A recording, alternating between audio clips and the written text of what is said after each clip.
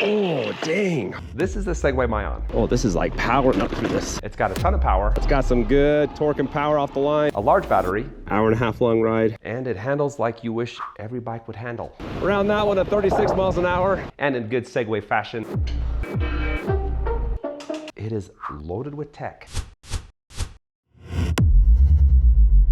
In the event settings, you can set it to class 1, 2, 3, or a hybrid. Class 1 and 2 are only gonna top out at 20, so I'm gonna go to class 3. Then there's 6 speed modes. All right, on class 3, on assist 1, here we go. With my regular cadence, that's 12 miles per hour. 2 is 14, 3 is 19, 4 is 23, 5 is 25, and 6 is 27. I've got a headwind, and this is a slightly uphill row, so I'm gonna turn around on the highest pedal assist level and see if I can hit 28. Okay, there's 28. Typically 500 watt motors don't put off a lot of torque, but this one puts off 75 Newton meters, which is what most 750 watt motors are putting out. Then you take that and you combine it with their Turbo Tech algorithm. When you put any type of pressure on the pedals, this thing goes. Let's see if I can hit 28 miles per hour in one block. Here we go. I'm on the highest pedal assist level. Woo, man. It's got some good torque and power off the line. There's 24, 25, 26, 27, 28, and there's the block. Right there is a 48 volt, 15.5 amp hour battery. It's UL certified, has BMS tech in it. This is where you charge it up, has this flap that closes shut, and it takes 5.5 hours to fully charge the battery. And it's got auto charge shut off. And what's cool about this is that in the app, you can monitor each one of those cells in that battery. Battery's at 94% and start workout. Here we go.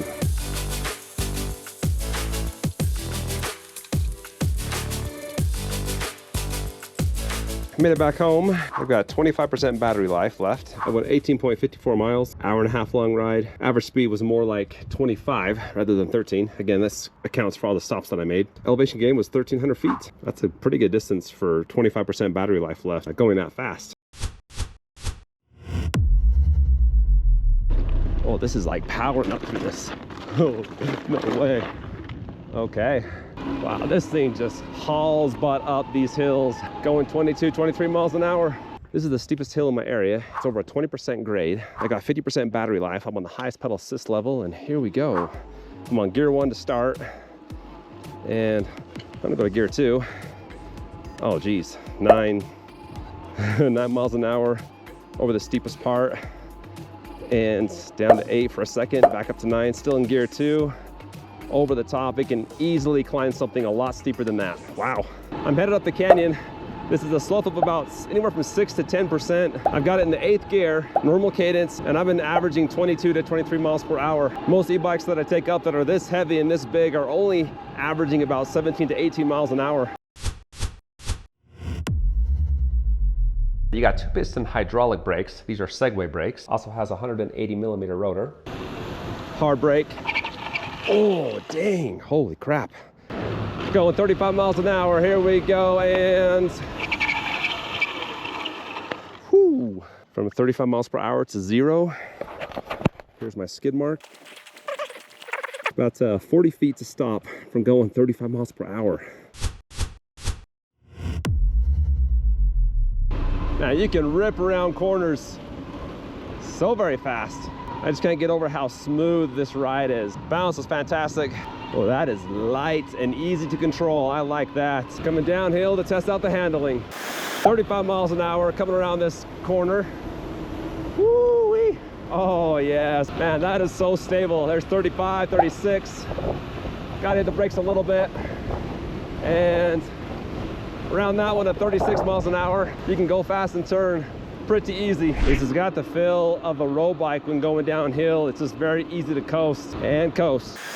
33, 35, 36, man.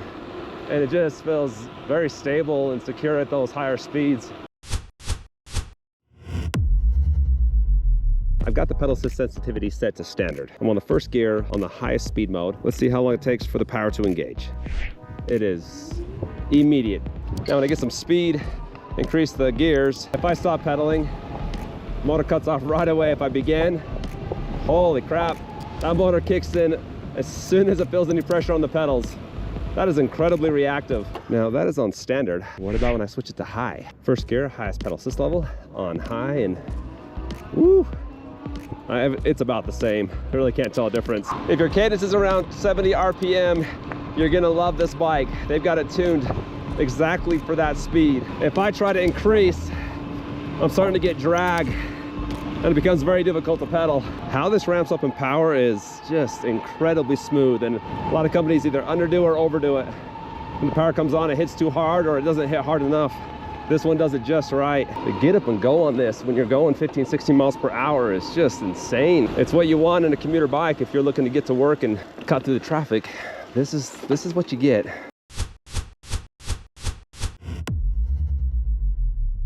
There's a front fork with 80 millimeters of travel, and you can adjust both sides. They're Mayion 27.5 by 1.95 inch tires, and they're custom made for Segway. From trail to road, this combination, bam, back up, is just smooth. Pop off a curb here and see how it sounds. Woo, sounds pretty good. This bike's not designed to go on the off-road, but if you ever find yourself having the desire to take this off-road, I'll let you know how it rides. They take horses on this, so you have a bunch of hooves that are indented into the trail, which makes it have a washboardy type of a feel. And you can hear my voice kind of shaking as I'm going over it, going 12 miles an hour, and it is a little bit bumpy. Front fork is not super reactive. If you want to take this off-road, just go slow. My favorite tech is the electric shifter, and there is an update coming to where this will be an automatic shifter. For the electric shifter, you do have to pedal as you shift gears. If you don't, and then you continue to go up, it shifts about 2 gears before it makes that noise and it won't shift anymore. And then when you pedal, it shifts. As you shift up, it'll continue to shift and the noise is gone until you hit the highest gear. It's got a movement alarm, so if I move this, the back tire locks, the headlight flashes, and of course, the noise is going crazy. I think people are gonna hear that. If somebody ever moves it, you'll also get an alert sent to your phone. Check this out. I got this linked to my phone, and so when I come up to it, it should just automatically unlock. Airlock ready. All you have to do now is just hit the power button. That noise is the back tire being unlocked. You can also link to your Apple phone and the Apple Find My feature. It's got GPS tracking and even has a lost mode. As far as software upgrades and updates, it does that automatically. And then in the front, you have what they call a position light. This is like your daytime running light.